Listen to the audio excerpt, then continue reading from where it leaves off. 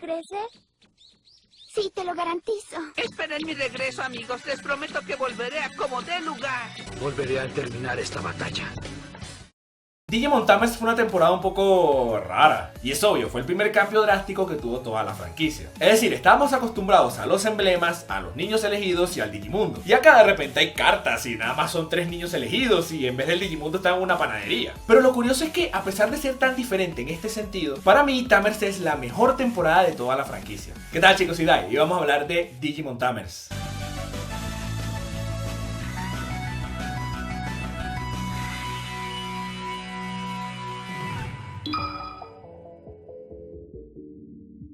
Ok, antes de empezar quería comentarles algo. Varios no estuvieron de acuerdo con mis opiniones de Digimon Try, en especial cuando hablé de los Digimons como tal. Y eso está bien, como siempre les digo, yo no tengo la verdad absoluta, todo esto es solo mi opinión. Pero miren, yo veo Digimon con una perspectiva completamente diferente a muchas series. ¿Qué quieren que les diga? Es decir, yo no veo Digimon por la escala de poder. Que si, ¿cómo es posible que Numemon golpeara a Magna War Sid Millennium Otsuzukimon?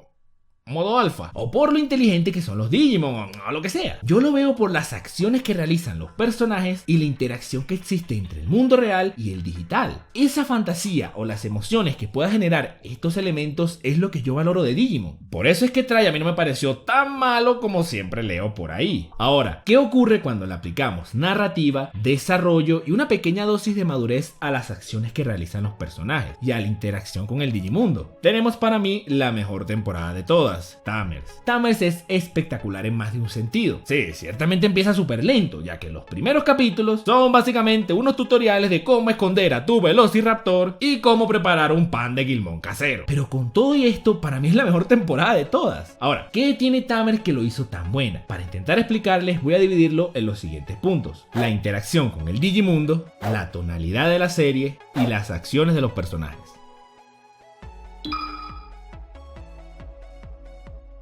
Tamers es una temporada única por diferentes motivos. Verán, a diferencia de las temporadas anteriores, aquí no existe eso de los niños elegidos. Aquí son llamados Tamers. Aquí tú puedes crear tu propio Digimon y convertirlo en tu compañero. Eso es brillante. Si quieres un dinosaurio, pues lo dibujas. Si quieres una especie de conejo super orejón, pues lo dibujas. Si quieres un motivo para que tus amigos te juzguen, te digan que tienes problemas y termines yendo a prisión, pues la dibujas también, ¿no? Este concepto siempre me pareció una maravilla, porque desde la perspectiva de un niño no era necesario ser elegido. De hecho, aquí tu Digivice aparece cuando tienes un gran vínculo con tu Digimon. Y eso es fantástico, ya que esto elimina el factor de ser especial. Y cuando todos sean especiales, nadie va a hacerlo.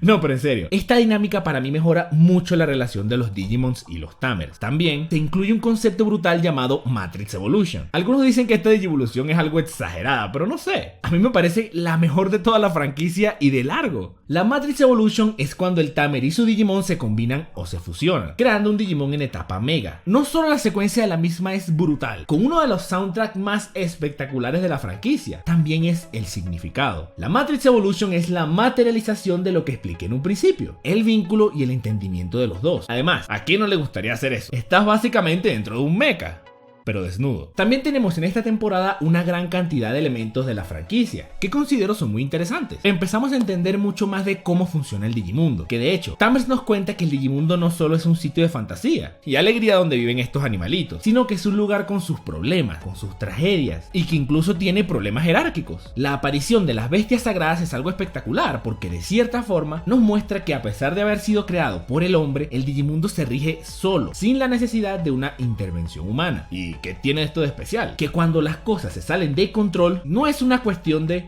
manda a los niños a matar al monstruo. No, este sitio tiene su propia voluntad e influencia, por lo que las personas no tienen el control de lo que ocurra. Esto genera pánico, miedo y ansiedad. La desesperación y las otras emociones que presentan los personajes en la etapa final de Tamers es una maravilla. Tú como espectador de cierta forma también te desesperas. No sabes cómo van a eliminar a la amenaza o cómo van a salvar a la niña que está en problemas. Todo esto es debido en gran parte a la buena interacción que existe entre el Digimundo y el mundo real. Y hablando de cosas reales,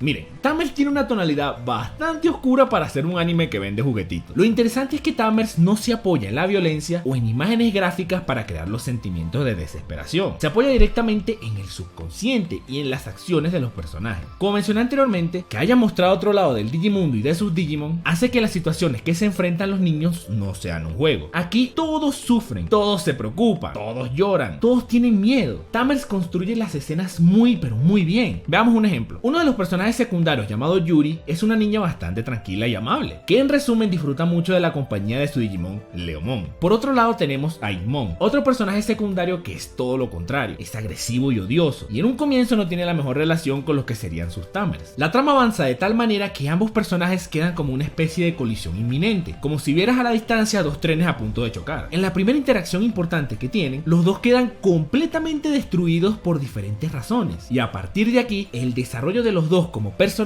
se basa en uno de los actos más difíciles conocidos, el perdón. Yuri termina la serie utilizando toda su fuerza y voluntad para intentar perdonar a Igmon, pero es consumida en el proceso mientras trata de interiorizar lo ocurrido y de entender los motivos de las acciones de Igmon. Igmon por su parte trata de superar el grave pecado que cometió, de entender por qué, aunque haya hecho un acto tan atroz, los niños con los que no se llevaba tan bien aún lo apoyan, y por ende intenta enmendar su error y ayudar a Yuri en su proceso, al punto de que hace lo imposible para ganarse su perdón, por lo que los dos se encuentran envueltos en una serie de emociones como la ira, el resentimiento, la depresión, todo para llegar a uno de los actos más complicados pero humanos que hay, el perdón. Ya ven a lo que me refiero. ¿Qué hace algo tan profundo en una serie donde hay un velociraptor rojo y gritón que vive en una panadería japonesa? ¿What? Esa es la magia de Tamers. Este tipo de narrativa la vemos a lo largo de la serie, o para ser más precisos, a partir de la mitad. Y este fue un ejemplo con personajes secundarios. Un desarrollo y una tonalidad de este estilo aplicada a personajes secundarios es algo muy raro de ver, en especial en series dirigidas a los niños. Obviamente, el hecho de que haya solamente 3 niños elegidos ayuda bastante, ya que así hay más oportunidades para los demás, desarrollando a otros personajes y generando acciones de todo tipo, lo que nos lleva a lo siguiente.